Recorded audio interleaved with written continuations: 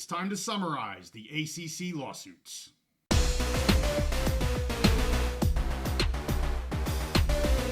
The ACC lawsuits are always in the news, so we're back on the big mountain with a status update for you. Hey, it's good to have you back on the mountain. I am JY, and this is my good friend Steve. And Steve, I thought it was about time. We've had so much going on with the ACC and the different lawsuits they have. I want to just real briefly go over every one of these. And at the end, I want to talk about the AG Moody writ of mandamus. We talked about that briefly on our last live episode, but we did not do a standalone episode. And I said, I don't really want to talk about that until it's done, until there was the hearing. Well, we're not going to have a hearing, at least as of right now, because they agreed on they didn't call it a settlement, but on, a way around having this hearing to try and make both sides happy, I guess. So we'll get to that last. So the first item is I want to lay out, again, kind of the four different lawsuits that are going on right now in chronological order of when they were actually filed. So the very first one here, of course, was the ACC lawsuit versus FSU, filed December 22nd, 2023 in Mecklenburg County, North Carolina. In that case, we have had FSU's motion to dismiss this case. That was denied in April by Judge Bledsoe. He also denied the stay of that case there in Mecklenburg County. That then was appealed by FSU to the North Carolina Supreme Court in May of 2024, and we're waiting on the Supreme Court to when they're going to hear this. The next one was a day later. Of course, FSU files against the ACC. This was down in Leon County, Florida on December 23rd, 2023. The ACC, of course, had a motion to dismiss that case. It was denied in a written order on May 6th down in Leon County by Judge Cooper. That then was also appealed, and that went to the First Court of Appeals down there in Florida. The motion to stay was also denied by Judge Cooper. The ACC then also sought a writ of supersedis, and that would require a stay there in Florida in favor of the North Carolina action. That went directly to the Court of Appeals, but that was recently denied. So it's moving forward down in Leon County. As of today, we're still actually waiting on the written order on the motion to dismiss from Judge Cooper. As soon as that happens, they're going to appeal the motion to dismiss as well. So right now they have appealed the motion to stay. They're also going to appeal, I have no doubt, the ACC, the motion to dismiss. So that's kind of the FSU two items that we have. Then, of course, we have the two Clemson items. Clemson got out in front of this first. They filed on March 19th, 2024 in Pickens County, South Carolina. And just last week, Judge Gravely there in Pickens County denied the ACC's motion to dismiss. And again, we're waiting on that written order. And again, I'm sure this will be appealed, as they're going to do in all of these things. Once that written order is actually entered, I would assume that'll be probably this week. And then in the ACC filed in Mecklenburg on March 20th, again a day later, where the ACC sued Clemson in North Carolina, again with Judge Bledsoe. So he's hearing both of these, the FSU and the Clemson hearings here, or filings here in Mecklenburg County. And he recently as well denied the motion to dismiss and the motion to stay, just like he did for FSU. A little bit of different reasonings because of who set the precedence there in terms of getting their filing in first. And Judge Bledsoe basically saying, it doesn't matter who filed first. There's jurisdiction here, so we're going to have, or he thinks they should be hearing both of those cases there in North Carolina. So before I get to AG Moody and kind of trying to wrap that part up, the AG Moody stuff, anything with those first four there, Steve? Yeah, JY, my thought is, especially as you go through all this, is at the very beginning of this, when we first started talking about this, what did we say? This was going to be a battle over venue and jurisdiction. Right. And that's what, every part of this, that's what it's come down to. And so far, there really isn't a final resolution to that battle. And in fact, in each state, each judge in each state has pretty much said, yes, this is the venue for different reasons. This is the venue, this is the jurisdiction for different reasons, whatever they were. The other reasons didn't matter. So each, basically, we have multiple cases moving forward, and we have not determined the ultimate jurisdiction or the what the venue is going to be. So for right now, they're all moving forward together. We don't have the very first question answered yet, and I think both of us thought at the beginning that once we got that answered, that would be a major part in the case that might get us to the settlement. And so we're still kind of in that waiting pattern. And the only thing I'll point out, because we have to talk about this on every episode we do with the ACC lawsuits, that's the piece of sovereign immunity. Yeah. And we are seeing this, at least, we haven't seen Judge Gravely very much yet. We've really got to know Judge Bledsoe really well, Judge Cooper to a slightly lesser degree, but we really haven't gotten to know Judge Gravely very much. But I will say, Judge Cooper is really banging that sovereign immunity drum in Florida. It really sounds like he's having some issues with this and whether or not FSU waived sovereign immunity. Judge Gravely in South Carolina at the last hearing, you could tell he wasn't quite as confident as what Judge Cooper was. That doesn't mean he's not going to rule the same way, but that was a little bit of a difference here between this judge in Florida versus this judge in South Carolina. We'll see how that ends up playing out. But again, a continued issue with sovereign immunity that is just it's a sticky wicket. It is, and I'll add, we were kind of on that from the very beginning. The fact that if there was going to be a state, it was going to be Florida. Yeah. Florida. Florida just thinks it's special, and I'm not saying that in a derogatory way. Sure. They're one of the largest, states in the country. They set a lot of precedents with law, with education, with textbooks. They are a very important state. And I said this from the very beginning. I had a lot of trouble, not really understanding, but I had a lot of trouble believing that the state of Florida, the judges there, the politicians, the governor, the attorneys general, Right. the attorney general there, Right. your buddy A.G. Moody, Yes.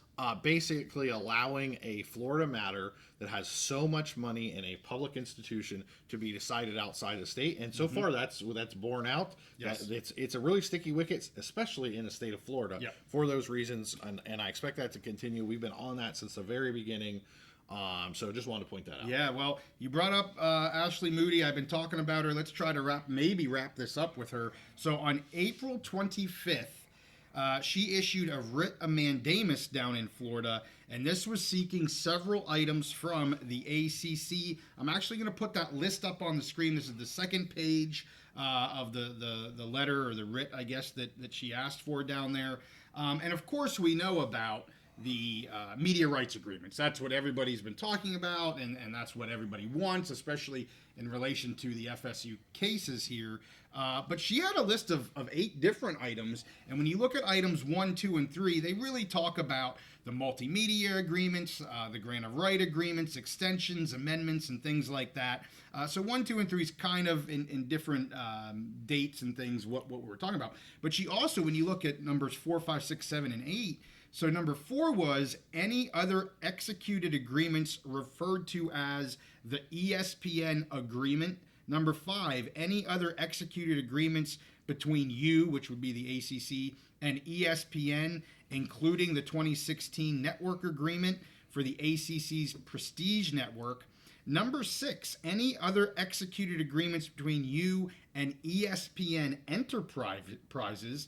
Number 7, any other executed agreements between you and Disney. And number 8, any ACC bylaws not attached to the ACC complaint versus FSU. So let's get into what just happened here this past week. So we dropped this on our live episode. It happened that day, just hours before our July 17th live episode. I actually received an email communication from the AG's office. I said on that, I am now on their, I guess, media list or whatever, and they popped it out to me within the same hour that she dropped it live as a press release. So I was able to look at that and get that, had some interaction with them about what really that means. And 2 very different, when you read the 2 different press releases, they couldn't be night and day different. But what does it really mean? Okay, here's what it really means. That the AG's office is going to receive the media rights agreements along with all the other any sort of amendments or addendums to those agreements. So it's a list of about 5 different items. I'm not going to go over them in detail. It's what we all think of as the ESPN agreement and the addendums. But there will be redactions as the ACC deems fit under Florida public records laws. So, could there become another pissing match in the future once she receives these, once the AG office receives these? I've been notified they're going to forward them right to me when I get them. Everybody else will see them too. I'm not special, right, even though I feel special. They're going to send it out to their whole They're going to send it out to the whole distribution list, and I would assume there's going to be a lot of black on this. There's going to have a lot of redactions to this. Now, I don't know how much there's going to be. Is it going to be basically from, hello, and then it's all black until you get to the sincerely line and then they sign? Who knows what it's going to be? I would hope it's not to that extent, but it absolutely could be. And then the AG is going to have to determine, okay, do I want to fight this as they redacted more than they should have under our Florida Public Records Acts? So we'll have to see how that plays out. But as of right now, it's done. They have this settlement agreement, if you will. So here's the press release, Steve, from the ACC. And I'm going to paraphrase some of this. In their statement, they said that while they do not believe a private nonprofit association is subject to the Florida public record laws, they have reached a solution. So I've been calling it a settlement. They call it a solution, which includes voluntarily producing these documents with certain redactions. They will not be providing any portions that contain trade secrets, which has been the ACC's consistent position. Makes sense. Mm-hmm. Here's the AG's office. This is right off. There's a whole press release. This is the very first thing that she says. She begins it this way. Floridians will finally get to see what the ACC is hiding in its effort to keep FSU from leaving the conference. The ACC capitulation follows legal action from the AG's office. So a slightly different tune than what you heard from the ACC. And as you've said before, Steve, she's a politician. Mm-hmm. She's going to paint that in that sort of picture. I thought it was awfully aggressive, but, that's just me. I've been kind of hard on her this whole time, so that wouldn't surprise our mountain dwellers. But the deadline to produce these documents here, Steve, is August 1st. So they got about 10 days from the day that we're recording this for the ACC to actually produce these documents. We'll have them, by August 1st. So probably not too surprising. I have seen a lot of communication back and forth on X about what this means and what doesn't mean and who won and who lost. What's your opinion on that, Steve? So first of all, I want to say I have a feeling that we've not heard the last from your friend, AG Moody, and that we will continue to talk about her, and she will continue to be in the news when it comes to this case. And here's why. Again, it goes back to what you just said and what we've said many times. She's a politician, okay? Yes, she is the attorney general, so she's a lawyer, and she is representing the interests of the state of Florida and the taxpayers and all that. But at the end of the day, she is a politician. She wants to get reelected. She wants to have a good political career. And when you're fighting, again, we try not to get too much into politics, but when you're trying to be a political figure in the state of Florida, you got to get attention. You got to look strong, all that kind of stuff. So I think we're going to see her come back in. And, we've talked about her progression in this. At first, she sent out that letter to the other attorneys general from other ACC states, and we described that as dipping her toes in the water, okay? Mm-hmm. With this, she really kind of waded into that water. Yeah. She was kind of aggressively, like you mentioned. And so far, if all we get here is a redacted copy of this, I don't think that's going to have, regardless of her press release and how strong she wants to word it, right. I don't think it's going to have the effect that she wanted it to have if all we get is the same redacted copies that are kind of already available or floating out there. So does she go to war, over this to try and get more information? Does she step in another way? I have a feeling if she doesn't get the result that she wanted, as far as, and I'm talking more from the publicity, the political side, then I could see her wanting to dive headfirst into this and get even deeper below the surface and really involve herself in this case. So that's just a guess on that. But as far as the filing, the writ of mandamus, and what we're going to get out of it, it doesn't seem that consequential as far as now. So you have like the political side and you have the real legal side. There's not a lot of substance of consequence so far. We'll see what the documents look like. Right. Because we keep going back to that under Florida law on one side, whatever says, well, this doesn't, Florida law still doesn't apply, whatever. We'll see how that goes. But again, if this is just the same information we've already had, I just don't see this being, much consequence. So there was supposed to be a hearing on this today. We're releasing this on Monday. It was supposed to be on Monday, the 22nd. And as of Sunday, when we're recording this, that has not actually been docketed in terms of withdrawing the need for a hearing has not been docketed. I think it's a timing thing. I've seen several of these types of documents be delayed in the Leon County courts several days. And of course, this came out on Wednesday, so it is a little late right now. But there is not going to be a hearing, from what we understand. There should not be a hearing on the 22nd for this. But Steve thinks that we'll be hearing a little bit more from our friend AG Moody once she gets these redacted documents. I kind of honestly, Steve, I hope not. It's a sideshow. It's really not doing anything. Our mountain dwellers know how I feel about it. Well, if it's not the documents, if she doesn't wade back into this, it'll likely be something else. So maybe at least that'll give us something different to talk about. I could see something else. Yeah. I think your point of she's not done with this, right. I totally can understand that. I hope she's done with this specific topic. But hey, we'll wait and see what she does. We don't know. So, hey, with that, we just wanted to summarize where we're at with this because there's been so much going on. We thank you all for watching. Make sure you give this one a like. Subscribe if you like our content. We'll see you guys next time on the Big Mountain.